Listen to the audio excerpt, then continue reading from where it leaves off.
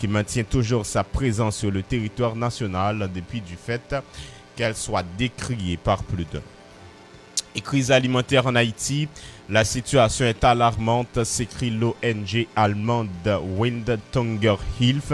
Dans son dernier rapport sur l'indice mondial de la faim, Haïti occupe la 111e place sur 117 pays.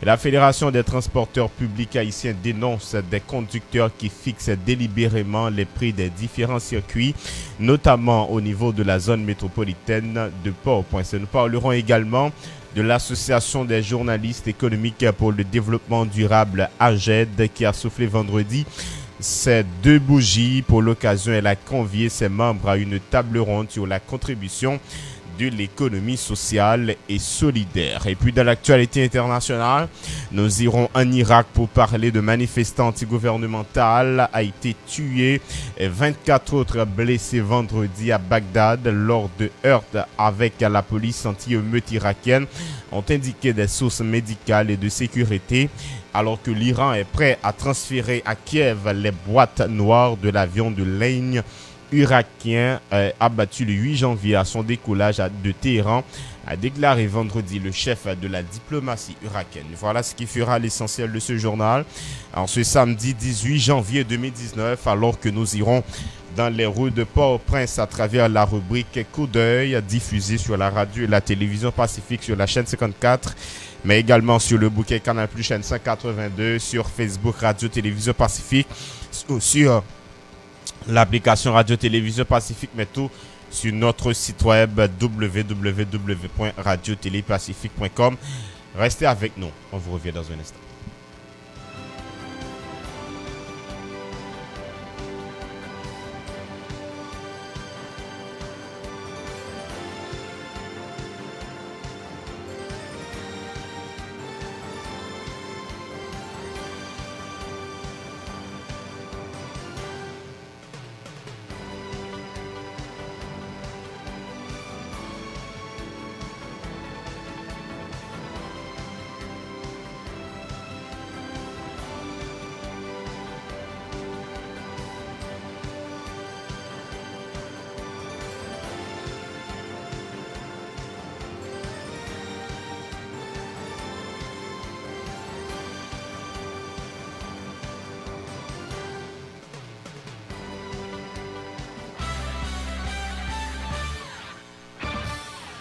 Il est 7h06, encore une fois, bonjour, bonsoir à toutes et à tous, bienvenue dans le développement du journal et merci de votre fidélité à notre antenne. Ce journal est possible grâce à la collaboration de Amos Choulout à la rédaction, mise en onde de Réginald Michel et au micro Moïse Saint-Éloi, mais il y a aussi nos différents collaborateurs dans les rues de Port-au-Prince pour vous offrir un coup d'œil et vous pouvez désormais jeter un petit coup d'œil sur les tensions de la rue avec nos différents collaborateurs. Vous pouvez mettre que bon visage, comment la rue elle est même liée chaque matin, ça passait entre 7h et 7h45, chaque après-midi entre 3h30 et 4h15 sur la télévision Pacifique. Et là, nous sommes capables de suivre que nous sur route Bourdon, ensemble avec collaborateurs, nous n'a pas sorti Pétionville pour nous descendre sous Bourdon. Il y a une situation qui est vraiment facile pour tout le monde qui t'a voulu circuler, que ce soit dans la machine privée ou dans la machine publique. Il y a une circulation qui est très fluide sous Bourdon en matin. Connaissant que jeudi en samedi, dans le ça, si c'était entre lundi et vendredi, tape bien blocus parce que en pile machine fréquenter route ça chaque matin, que ce soit pour activités scolaires, mais tout pour des activités professionnelles, mais tout et commerciales. Mais maintenant, c'est un peu le calme sur la route de Bourdon et ça rend accessible en circulation pour toute catégorie monde qui t'a voulu faire route Bourdon matin pour descendre au centre-ville pour capable vaquer avec différentes occupations. N'a pas rappelé qu'à suivre ça sur chaîne 54, mais tout sous différentes plateformes nous ensemble avec la télévision Pacifique.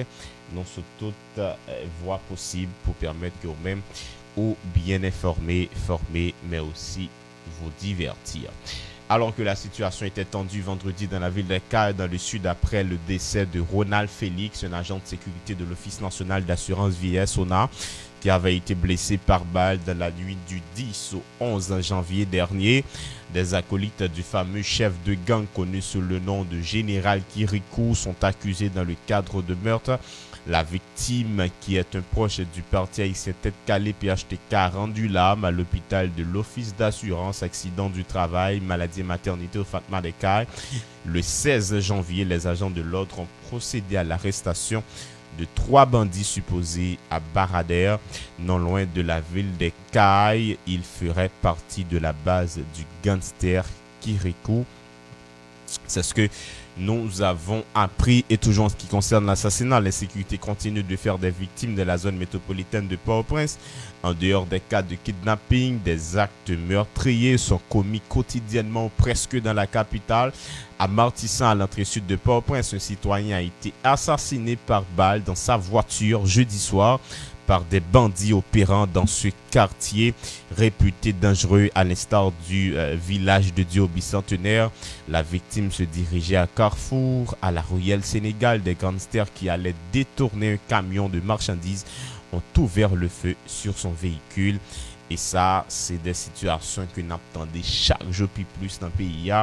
Et la police nationale d'Haïti qui lui-même qui a des travail pour l'y faire de manière spéciale pour résoudre questions d'insécurité. Ça qui, dès le début de l'année 2020, continuer à faire bacage dans le pays et citoyens et citoyennes continuer à bien inquiétude chaque fois qu'il a passé dans la zone ça que désormais il a dénommé VAR et la police a fait le travail pour le faire dans la zone ça pour permettre pour garantir la vie de chaque citoyen et citoyenne dans le pays. Et en ce qui concerne les travaux de la police nationale, les agents de l'immigration ont intercepté vendredi matin à l'aéroport international Toussaint-Louverture Kirby Alcantara des Ormeaux, qui représente Haïti comme diplomate en République dominicaine. Il a été appréhendé alors qu'il revenait de l'autre côté de l'île. L'entrepreneur dominicain est accusé de faux et usage de faux dans le cadre d'une enquête diligentée par l'ULCC, l'unité de lutte contre la corruption, qui avait déjà fait procéder à son arrestation le 30 décembre dernier à Paco. Il avait été relâché par la suite par le chef du parquet de Port-au-Prince, Jacques Lafontaine. Donc c'est ces informations que nous avons appris et nous les vous diffusions sur la radio Pacifique, alors que nous sommes toujours dans les rues de Port-au-Prince, nous sous Boudon, Nap descend original, nous voyons que c'est une circulation, Jeanne d'Abdillah, qui est très fluide jusqu'à côté n'a pas là, mais nous remarquons un petit blocus tout petit qui commençait dans presque dans mi-temps route Boudon, dans rentrée pour capable passer pour aller zone Delma 32 là, mais nous avons gagné un petit blocus et que citoyens et citoyennes ont PC regarder qui ça est capable de faire pour sortir dans le blocus ça matin. Dans ce temps, nous continuons avec les informations pour vous dire que la spécialiste en droits humains Siena Merop Saint-Jean s'en prend à l'Organisation des Nations Unies qui maintient toujours sa présence sur le territoire national en dépit du fait qu'elle soit décriée par plus d'un. Elle en veut pour preuve la mise en place du Bureau intégré des Nations Unies en Haïti, BINU. Après le départ des troupes onusiennes l'année dernière, elle dénonce l'implication de l'ONU dans la tenue d'élections en Haïti dont les résultats sont frauduleux et entachés d'irrégularités. Madame Merop Saint-Jean, de notre côté, a dénoncé des cas de violation de droits humains perpétrés par des casques bleus au cours de leurs différentes missions sur le sol national. Siena Merop Saint-Jean a mis l'accent sur l'introduction du choléra en Haïti et les nombreux cas d'abus sexuels commis par les soldats onusiens qui sont restés impunis. Pendant que nous parlons de cette avocate australienne, l'organisation non gouvernementale Renton Girl Health, basée en Allemagne, tire la sonnette d'alarme sur la crise humanitaire en Haïti. Dans le rapport de l'ONG sur l'indice mondial de la faim établi par l'année dernière, Haïti occupe la 111e place sur 117 pays. Les avancées et les reculs liés à la lutte contre la faim sont pris en compte dans le cadre de ce classement, révélant dans ces pays le niveau de la sous-alimentation, de l'amaigrissement des enfants, de leur retard de croissance et de la mortalité infantile. Haïti se retrouve au bas du classement, indiquant la gravité de la crise alimentaire dans le pays, et c'est la pire performance de tout le continent américain selon l'ONG. Elle souligne aussi qu'environ la moitié de la population n'est pas en mesure de satisfaire régulièrement ses besoins caloriques de base. Le taux de pauvreté, la déliquescence de la production agricole et la dégradation de l'environnement physique expliquent ce niveau d'insécurité alimentaire auquel fait face le pays, fait savoir l'organisation allemande.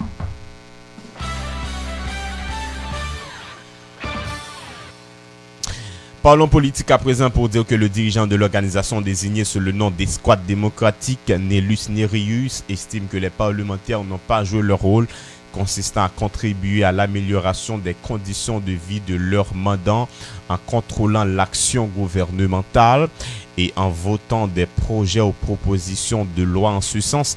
L'activiste politique a indiqué qu'il ne retrouve pas d'inconvénient au départ des 2/3 du Sénat. Il préconise la mise sur pied de gouvernement d'union nationale pour pouvoir résoudre la crise. Nélus Nérius, au micro de Johanna Faustin et Joseph François. Je dis, nous dit peuple là, constater que nous pas fait travail. Ça nous devrait nous le faire, nous pas fait. Et peuple là constater que yo pas fonctionné. Mandat au fini, jamais au plus grand jamais ou pas jamais sénateur encore, le peuple a parlé. Point barre.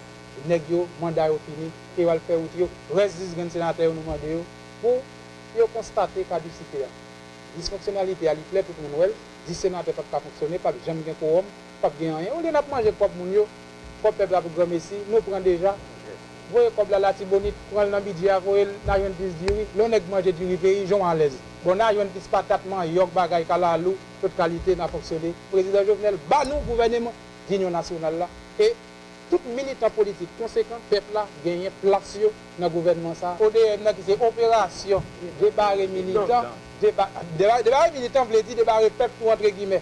Militant c'est peuple là. Nous dit nous-mêmes nous revendiquer place nous dans toute négociation qu'a faite à travers l'escouade démocratique là c'est débarrer militant dans c'est petite escouade démocratique là nous revendiquer place nous dans tout ça qu'a fait. De la même veine, le parti baptisé Ligue haïtienne pour Corée Haïti, l'ACAI, dénonce les inégalités criantes qui alimentent aussi les vives tensions sociopolitiques et économiques dans le pays. Cette structure presse les autorités d'adopter des dispositions en vue de soulager les démunis, ce qui permettra au pays de retrouver sa stabilité. Saint-Jean John et Donald Saint-Willens, deux de ses responsables, étaient les invités de Pacifique Matin. Système économique qui permet que situation malheureuse qu'a vivre aujourd'hui dans une situation indésirable pour que c'est un groupe monde qui a vécu puis l'autre groupe monde dans une situation extrême faut gagner un équilibre qui fait non que c'est toujours un seul groupe monde de même depuis tant de connaissances de 86 à nos jours nous regarder ouais bagala c'est son seul sens que l'était coincé pendant ce temps il y a un pile bagaille qui est capable de faire. Donc, il y a des corruptions, ça a développé là, c'est pas qui inexplicable pour nous vivre. Après, tout jeune obligé à quitter le pays. Nous connaissons l'État haïtien sont un État unitaire. C'est bien-être pour tout le monde. Bien-être pour tout le monde dans la société. Ils sont capables de voir une disparité entre les gens qui gagnent et les gens qui ne gagnent pas. Même au niveau connaissance, il y a des écoles pour les gens en l'air, il y a des écoles pour les gens en bas. C'est une société qui a dû renouveler. Nous pensons aujourd'hui à la nature pas pardonner nous si nous-mêmes tout nous pas impliqués. Nous chita tout le temps à plaindre, dit bagaille pas bon, bagaille pas bon. La nature aurait dû vivre. Tout autant que nous-mêmes nous pas impliqués dans bagaille ça qu'a fait dans décision qu'a prend, dans politique pays. Nous-mêmes y a fait pour nous et y a fait contre nous. En tant que jeune fille, jeune garçon, nous décidons nous-mêmes tout nous dit nous pas le faire. Là, donc, sur route Boudon, ensemble avec nous-mêmes, mes amis téléspectateurs et auditeurs, et nous, dans bas Boudon, précisément, nous, sur route Lalu, avenue John Brown, une façon pour permettre que nous-mêmes, nous ayons visage là où il y a, n'a rappelé que, pardon, attendez nous sur radio, ou capable également brancher nous sur télévision, chaîne 54, mais tout, et sur différentes plateformes, Facebook, Twitter, mettre application et également site internet nous une façon pour mêmes amis ou capable de rester connecté avec nous sur quel que soit moyen qu'on gagne pour faire ça là où il y a pratiquement accessible à tout le monde, soit descendre sur la rue, soit monter boudon, mais soit descendre sur boudon, ou capable de faire ça à l'aise jusqu'à présent entre 7h et 7h45 n'a bien pour une poter rubrique ça pour et là les 7h à 18 minutes ou capable de faire ça sous route boudon mais tout sous route la rue. C'est radio à télévision Pacifique qui permettent qu'on ait une idée de comment la rue a une journée samedi 18 janvier 2019 là. Tout original, la Fédération des transporteurs publics haïtiens a monté au créneau vendredi pour dénoncer le laxisme des autorités force conducteurs qui fixent délibérément les prix des différents circuits, notamment au niveau de la zone métropolitaine de Port-au-Prince. Une situation qui intervient alors que la majorité de la population est confrontée à une précarité extrême, déplore le président de cette structure, Pierre-Richard Val. Il en a profité pour attirer l'attention sur l'absence ou le non-fonctionnement des feux de signalisation dans plusieurs endroits du pays. Ces propos au micro de Nancy Constant et David Mercius. Nous, même étant que syndicalistes, nous avons dérive, nous là comme avant-gardistes pour que notre population, mais quel bagage qu'a fait qui pas bon. Normalement, les nous prend décret 26 mai 2006 là, c'est les mêmes qui mandaté commissaire divisionnaire là, de capacité pour établir bon genre l'ordre aux façons pour circulation qu'a fait. Yeah. Dans les cas contraires, nous avons une circulation. L'autre gens faut nous poser tête nos questions. Et questions nous avons posé tête nos sont questions étatiques. Comment? Je ne dis nous constatons également que prix gaz là, il pas augmenté sur le marché national là. Mais chauffeurs pendant y a collaboré à monde qui a chargé machine yo augmenté le prix là. Là nous capable dire c'est faiblesse de l'État. Il y a ce monde qui mandaté pour fixer le prix ça. Et bien qui côté on fait ça? On fait ça au niveau du ministère des Affaires sociales et du Travail en parfaite collaboration avec les syndicats. Ou pas capable de prendre ça ou les informels pour mettre la formelle. L'État pas qu'à fixer un prix pour 10 personnes choisi pour le faire. Dans le cas ça, nous-mêmes au sein de la fédération, nous disons non. Nous disons non et nous avons bataille jusqu'au bout pour ça lui-même n'y pas continuer faire. Et c'est dans ce sens tout nous profiter même occasion avec pile commissaire pour pétrole que nous avons là, qui a pour mission pour moderniser le transport, mais il a fait ça fait présidentiel. Il a pris des causes, il a géré Porsche. Là, nous avons seulement intérêt menacé, ou soit il y a un membre qui victime d'un système pourri et maudit ça.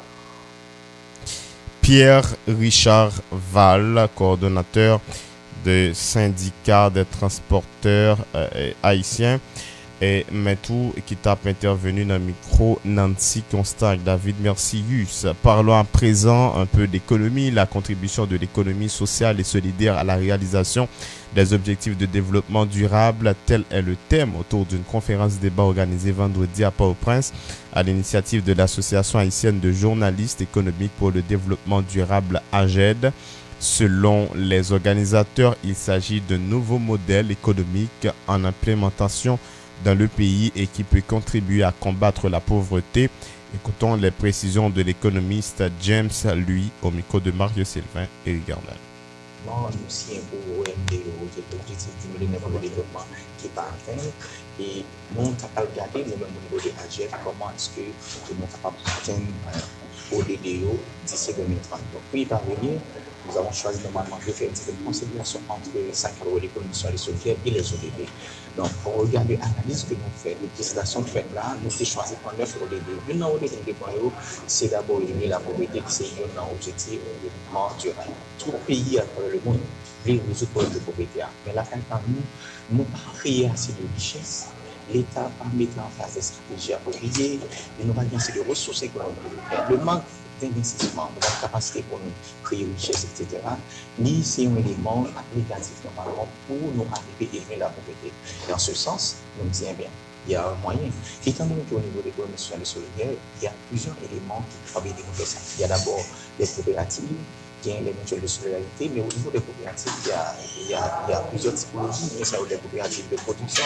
Et si nous prenons par exemple coopérative de production, c'est-à-dire c'est comment est-ce que le monde est capable de mutualiser, mettre en synergie pour rejoindre assez de ressources pour être capable de développer l'agriculture. Cette activité a coïncidé avec la commémoration du 2e anniversaire de l'Association de journalistes économiques pour le développement durable. S'est réjoui son coordonnateur anti-Mars. Pour marquer cette date, des certificats ont été également remis aux journalistes et ont pris part à une séance de formation organisée en décembre dernier par la dite association anti-Mars. Tout ça, nous voulons combattre l'asymétrie, l'information, côté son petit groupe de monde qui a information sur les affaires économiques avec finance, côté rien données économiques et financières disponibles pour toute population. Il faut que la population nous-mêmes par la suite capable de l'utiliser, capable de comprendre, donner ça. Donc c'est un objectif de combattre l'asymétrie de l'information, côté son beaucoup de et nous interpréter de façon pâle, commenter de façon pâle, et nous pensons que le travail que nous commençons à faire à côté que de temps à autre, nous avons essayé de développer sensibilité dans le domaine économique avec financier, la caille journaliste, son façon pour les journalistes à même d'interpréter, quel que soit graphique qui vient de nous, quel que soit donné qui vient de nous, et son façon pour être capable de former la population, éduquer la population davantage sur le domaine économique et financier. L'autre objectif pour nous battre tête, c'est de agir aux outils capables de transformer la vie journaliste, on a parlé de la vie, la spécialisation journaliste sur tout le territoire, je l'ai dit dans le discours là, tout côté des journalistes, tout côté des médias, il faut que les journalistes soient même de spécialiser dans les sujets qui ont rapport avec l'économie, avec la finance, avec le pays.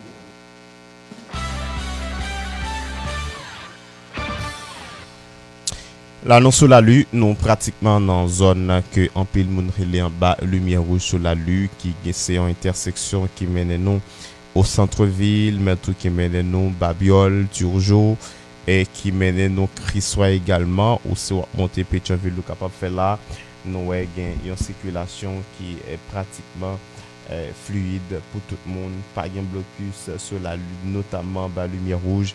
Kafoua, li pas bouché, li pas barré et tout le monde capable de vaquer avec occupation et très facile matin là sous la lue notamment dans intersection que un peu de monde relais lumière rouge là qui mène à différents points que nous sommes signalés pour matin là côté dans voiture privée, côté dans camionnette, côté dans bus, côté sur moto, côté à bicyclette ou capable de faire route ça sans problème, sans inquiétude.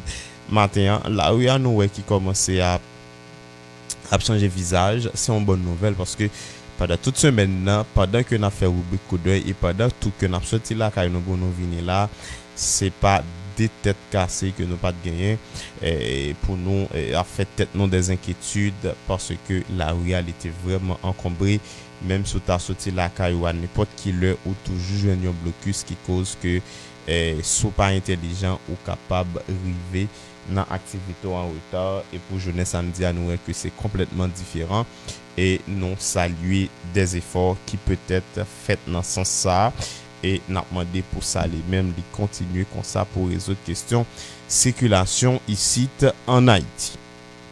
Nous continuons à parler politique pour dire que le chef de l'État, Jovenel Moïse, entend nommer par arrêté présidentiel un nouveau gouvernement qui sera en mesure d'adresser les grands défis de la nation, a indiqué son conseiller Charlot Jacquelin Junior. Toutefois, dit-il, le locataire du Palais national reste favorable à un accord politique avec les différents acteurs afin de trouver une issue à la crise, fait savoir Charlot Jacquelin Junior. Il était joint au téléphone par Mario Sylvain à l'émission Porte-Nouvelle.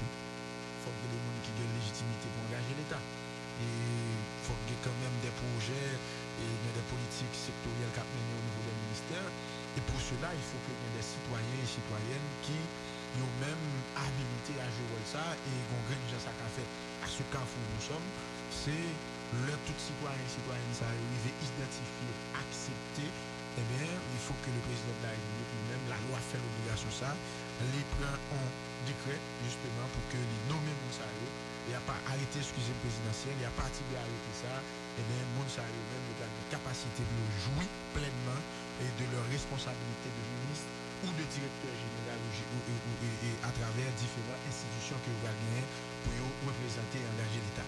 Donc, le président prêt pour que les joueurs prérogatifs ça, mais il n'est pas prêt à le faire seul.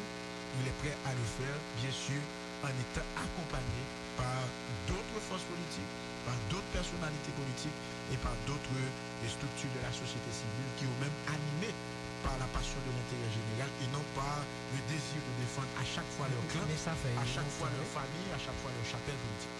Par ailleurs, Charles Jacquelin Junior impute également aux parlementaires le dysfonctionnement de l'institution. Selon lui, les ex-parlementaires de l'opposition avaient fait obstacle à l'exécutif. Sa déclaration. En deux occasions de tentatives qui fait pour monter au gouvernement, c'est ce même parlement qui n'a pas eu gouvernement chasse pour le monter. Et là, m'a rappelé très bien au niveau du Sénat de la République, tant le Jean-Michel Lapierre, en tant que Premier ministre, était descendu dans le Parlement, tant le Fritz William Michel comme Premier ministre descendu dans le Parlement, il n'y a pas même de élégance politique pour accepter le fait que nous sommes dans une démocratie, donc un protocole républicain qui exige si bon gouvernement que un Premier ministre, un président de la République choisit un cabinet ministériel, eh bien, il faut que vous présentez politique générale devant le Parlement.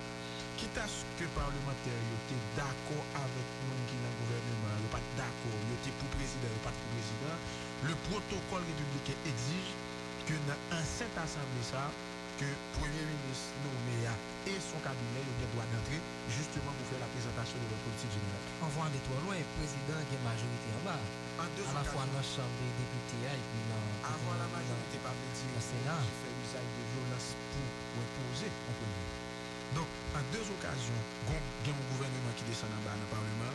Malheureusement, même déclaration politique générale n'a jamais été faite justement parce que pour tenir une minorité agissante, une minorité dit bagarreur, une minorité qui n'est pas démocrate du tout, parce que intolérant, et bien qui lui-même t'est empêché l'exercice démocratique, ça fait. Charles Jacquelin Junior qui répondait aux questions de Mario Silva.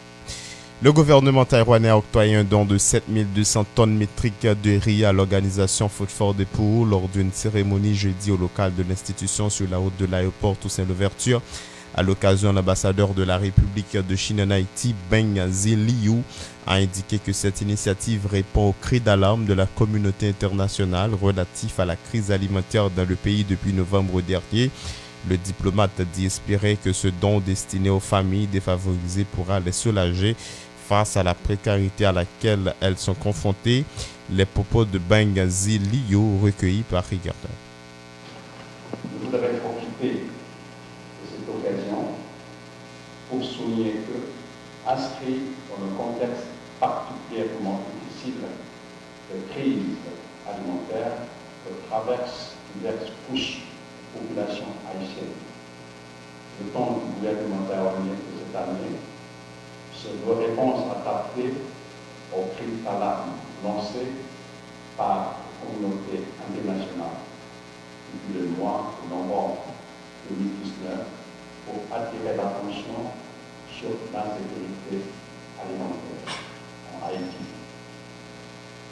Aussi fortement interpellé par l'ampleur du besoin à satisfaire dans ce contexte de crise alimentaire, le gouvernement taïwanais veut plus que jamais manifester la solidarité du peuple taïwanais avec le peuple haïtien en doublant son aide alimentaire en Haïti, qui atteint 2200 tonnes de riz pour cette année 2020, tant les 5200 tonnes octroyées à notre partenaire toujours, Food for the Poor, à travers l'accord de temps aujourd'hui, pour être distribuées dans les zones les plus vulnérables.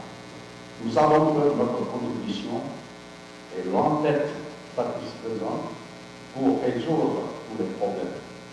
Toutefois, nous souhaitons toujours être en situation d'exprimer notre esprit de solidarité aux familles haïtiennes. De son côté, le directeur exécutif de Food for the Poor en Haïti, Monseigneur Ogé Beauvoir, a présenté ses remerciements au gouvernement taïwanais.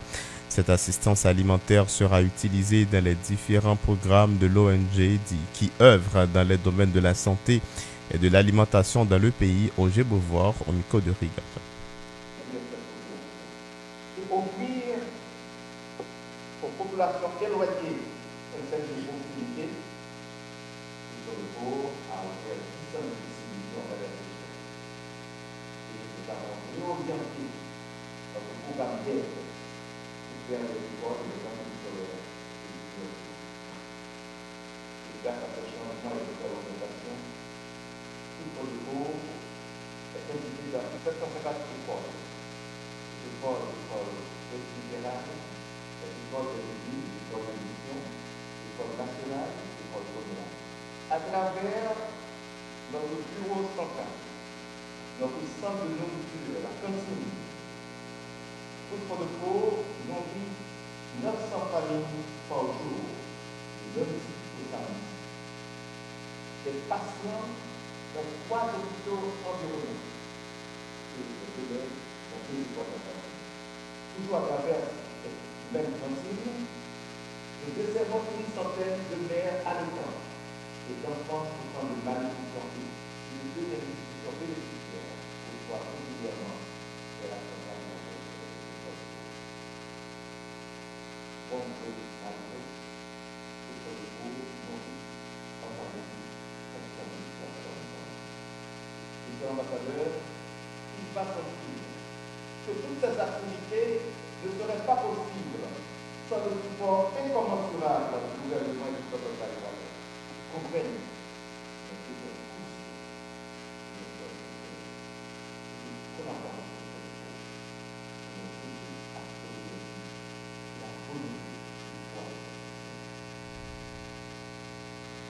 Voilà pour les déclarations du Monseigneur Roger Beauvoir. Les employés des places publiques de la zone métropolitaine de Port-au-Prince sont manifestés jeudi devant les locaux du ministère de l'Intérieur et des collectivités territoriales dans l'heure du Champ de Mars pour réclamer le paiement de 28 mois d'arriérés de salaire. Ils reprochent aux responsables du MICT de n'avoir pas acheminé leur dossier au ministère des Finances alors qu'ils sont confrontés à d'énormes difficultés économiques. Écoutons-les au micro de Riga.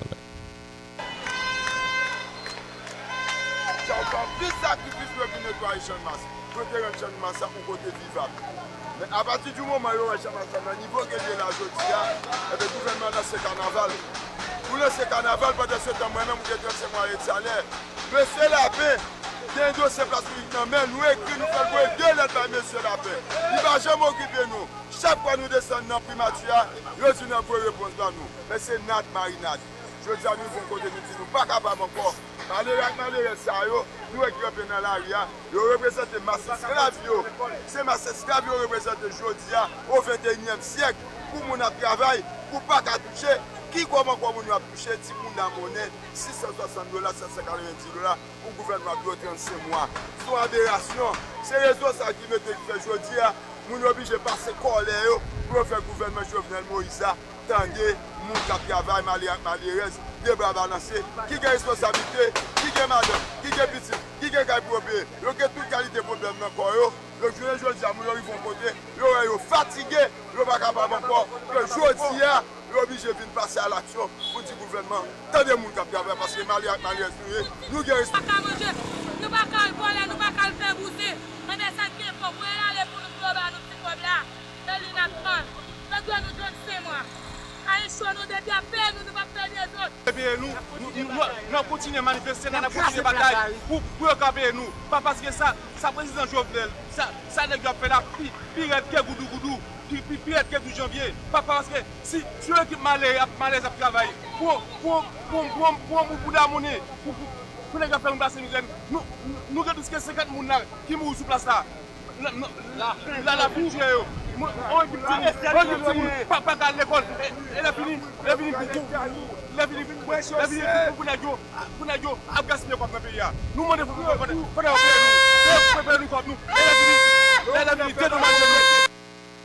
Voilà pour les déclarations de ces employés de place publique. Là, nous dans Champ de Mars, précisément pendant qu'on a parlé de Champ de Mars, nous montrons comment Champ de Mars est même lié matin. Mais le constat que nous faisons matin, c'est que nous la rue a vraiment pour qu'on la donne à 7h37 minutes.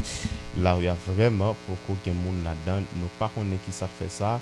comme nous et température là, Jean Marie visage du matin, nous devant Rex Théâtre précisément devant l'ambassade de France ensemble avec les amis téléspectateurs qui et à regarder nous sur chaîne 54 là, mais tout cap côté sur radio à 101.5 ou encore qui sur Facebook la Radio Télévision Pacifique ou sur site internet www.radiotélépacifique.com. Nous a passé dans rue Capois original, c'est ça, dans rue Capois, pas trop loin lycée de jeunes filles, pour nous faut vivre comment ça lui-même lié exactement dans le cœur du centre-ville, ensemble avec nous pour nous garder la rue. L'homme de loi Samuel Madista a indiqué que l'unité de lutte contre la corruption ULCC est habilitée à engager des poursuites contre tout fonctionnaire de l'État possédant une fortune en quittant son poste alors qu'antérieurement il n'avait pas fait la déclaration de son patrimoine en marge d'une journée de porte ouverte organisée jeudi par l'ULCC. Le membre de la Bazoche a souligné que les cas d'enrichissement illicite sont passibles de 3 à 15 ans d'emprisonnement. Samuel Madista au micro de Joseph François. Par exemple, où c'est nègre Tiburon. Et pour voir un nègre qui a 45 ans qui est élu député Tiburon. Mais ouais, l'Elvin député a même une bicyclette qui va acheter dans la zone. Et puis il fait 4 ans député, où elle tourne en machine $200,000 américains, bâti Caille Port-au-Prince, Caille Tiburon, Caille Okaï. Hôtel, il est riche. Il y a des signes extérieurs qui montrent que le prix pointu. On depuis comme ça, ULCC fait pour ouvrir en fait sur plusieurs angles. Premièrement, il faut faire déclaration patrimoine, il est entré comme député. Il faut faire déclaration patrimoine, il est sorti. Si il y a des bagages qui dit dans la déclaration qui est inexact, il y a poursuivre pour faux, usage de faux qui prend 3 à 5 ans. Si l'ULCC, les voquettes tout, par exemple, pendant 4 ans, l'on fait total salaire, ça te fait $100,000 américains. Et puis il possède des biens pour 300-400,000 $ américains. Pour l'Elvin dit, côté le joint corps pour te faire ça. Et s'il pas établir, il y a poursuivre pour enrichissement illicite, la prend en 3 à 15 ans de prison, il a saisi bien. Il a fait payer amende, il a vaut 3 fois, il a fait restituer comme il prend Malio, et il a fait payer amende qui vaut 3 fois comme il prend Malio. Donc, je dis, quel est le président, quel est le ministre, quel est le cabinet ministre, le cabinet président, il était sénateur, depuis le bon train de vie, qui allait au-delà de revenus légitimes, comme il a touché réellement ULCC qui a ouvert enquête sur lui, il a poursuivre la justice capable de sanctionner. De notre côté, Maître Madistin a apporté des précisions sur l'immunité parlementaire au regard des faits de corruption. Ces précisions. L'immunité est absolue en ce qui a trait aux actes posés par le parlementaire dans l'exercice de ses fonctions. Par exemple, on ne peut pas poursuivre le parlementaire parce qu'il décide de voter pour une loi sous salaire minimum, alors qu'on doit voter contre. Mais si sénateur ou bien député voter contre la loi parce qu'il était pour cob dans mon monde, dans le secteur privé, pour ne pas voter, les salles font acte de corruption qui va entrer dans l'attribution, ils vont poursuivre pour enrichissement illicite. Les salles, s'ils en fonction, les salles ont immunité relative, avant poursuivre, ou à lever, ou à bander, lever immunité. Si votre mandat fini, il n'y a pas d'immunité encore, ou à poursuivre directement. Ou pas poursuivre pour acte posé dans l'exercice de ses fonctions, mais tout crime lui fait qui va entrer dans l'exercice de ses fonctions depuis mandat fini ou qu'à poursuivre. On est qui levé qui dit qu'il a acheté café, de l'eau, pendant 3 mois, pour combien de millions de bouts, ça va entrer dans l'attribution. Ça a un crime lié. Et bien après mandat fini, Paul vient expliquer comment il s'est serré l'aile pour lui dire, de l'eau ça a acheté. Est-ce que son de l'eau saute dans le ciel? Café ça qui t'a coûté combien de millions? Expliquez-moi comment on fait. Donc, et puis les faut poursuivre. Parce que ça va être un acte qui est entré dans l'exercice de ses fonctions. Son acte de corruption au cas poursuivre. Le politologue Jean-Ronald Joseph préconise également un changement de système dans le pays pourvu qu'il puisse favoriser la satisfaction des revendications populaires relatives notamment au combat contre l'impunité, l'amélioration des conditions de vie des démunis et une meilleure répartition des richesses nationales. Selon M. Joseph, la non-satisfaction des desiderata de la majorité de la population explique particulièrement les crises à répétition dans le pays. Jean-Ronald Joseph était l'invité de Nancy Constant à l'émission L'Interview. Si on parlait de changement de système, j'aime ça dire là, son thème comme galvaudé, d'abord, il faut qu'on ait nature ce système. Tout à l'heure, j'aime parler de inégalité sociale, exclusion, impunité, corruption, injustice. Ça, c'est des éléments qui fabriquent forme d'organisation sociétale haïtienne et forme d'organisation politique. Maintenant, soit parler de changement, est-ce que nous avons été dans le même cadre institutionnel qui est là, on parle de cadre institutionnel, cadre réglementaire de constitution et cadre légal, il faut aller au-delà de question ça. Des fois, on a dit qu'il faut nous résoudre la crise institutionnelle. Crise politique, nous est là, aller au-delà de crise institutionnelle. C'est pour cela qu'il nous faut une réforme en profondeur. Ça me les réformes en profondeur, et son premier niveau, mais c'est vers un changement radical, vers une rupture à la fois de l'organisation économique, une rupture vers l'organisation politique et une rupture vers l'organisation sociale. Et si nous avons une rupture vers l'organisation sociale, si nous avons une variante là-dedans, c'est une rupture dans fait éducation dans la société haïtienne. C'est-à-dire nous avons une éducation, une formation qui reproduit l'inégalité, qui reproduit l'individualisme, qui a mis de côté le sens collectif. C'est-à-dire, il faut nous repenser sur ça. Et ça, son élément de fond. On a toujours dit ça, il faut nous repenser sur les mentalités. Si nous prenons les 10 dernières années, il y a un paquet de questions qui, comme valeur, de la société achita sur le lien de solidarité, qui est cassé. Et puis, on va prendre en compte, c'est la grivoiserie, et c'est l'individualisme, c'est ça nous déclaré arriviste qui paraît. C'est-à-dire, ça, comme valeur, il faut agir sur eux. Et à ce moment, les atos, nous devons agir sur le modèle économique qui est là. Si on prend le modèle économique, si nous tapons par rapport à la question du crédit en Haïti, il nous faut démocratiser le crédit. C'est-à-dire, si vous regardez le crédit en Haïti, qui détient le contrôle de cet appareil financier, qui est qui a toujours un crédit et qui est qui n'a pas joué un crédit. C'est-à-dire, parlant du crédit, on a dit c'est la finance, mais il est éminemment question politique. C'est-à-dire que si on n'a pas de changement ou de rupture, il faut que nous soyons capables de redéfinir nos cadres de rupture dans le contexte géopolitique et de politique extérieure. Bien avant de fermer la rubrique au deuil, par ailleurs, le politologue reproche aux dirigeants de l'opposition d'avoir rimé leur mobilisation avec le départ du chef de l'État. Pour lui, ses opposants ne visaient que la prise du pouvoir afin de satisfaire leur ego. Cette déclaration. C'est-à-dire, une confrontation qui vient paraître comme une confrontation de pouvoir.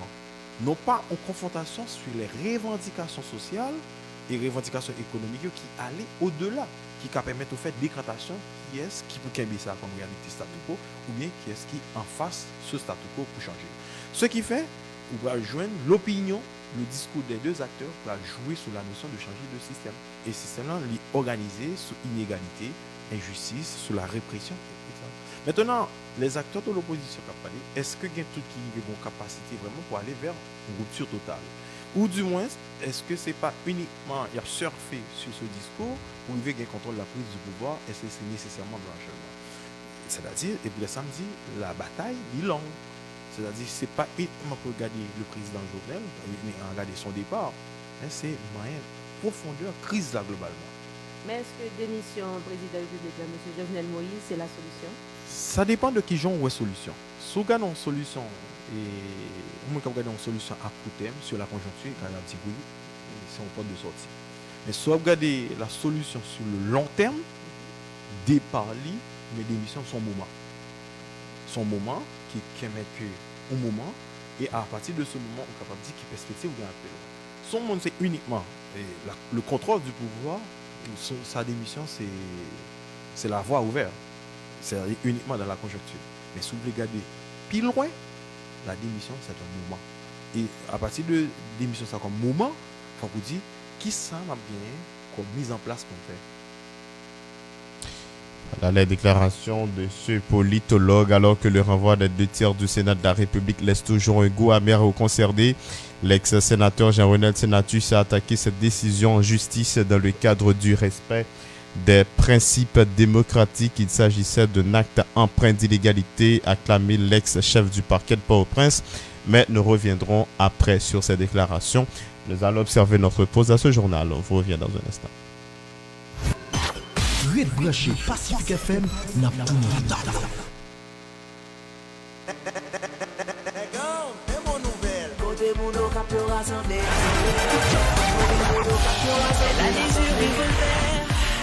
Samedi Show, tous les samedis à compter de 8h PM en direct sur la télé Pacifique pour un bonheur inouï.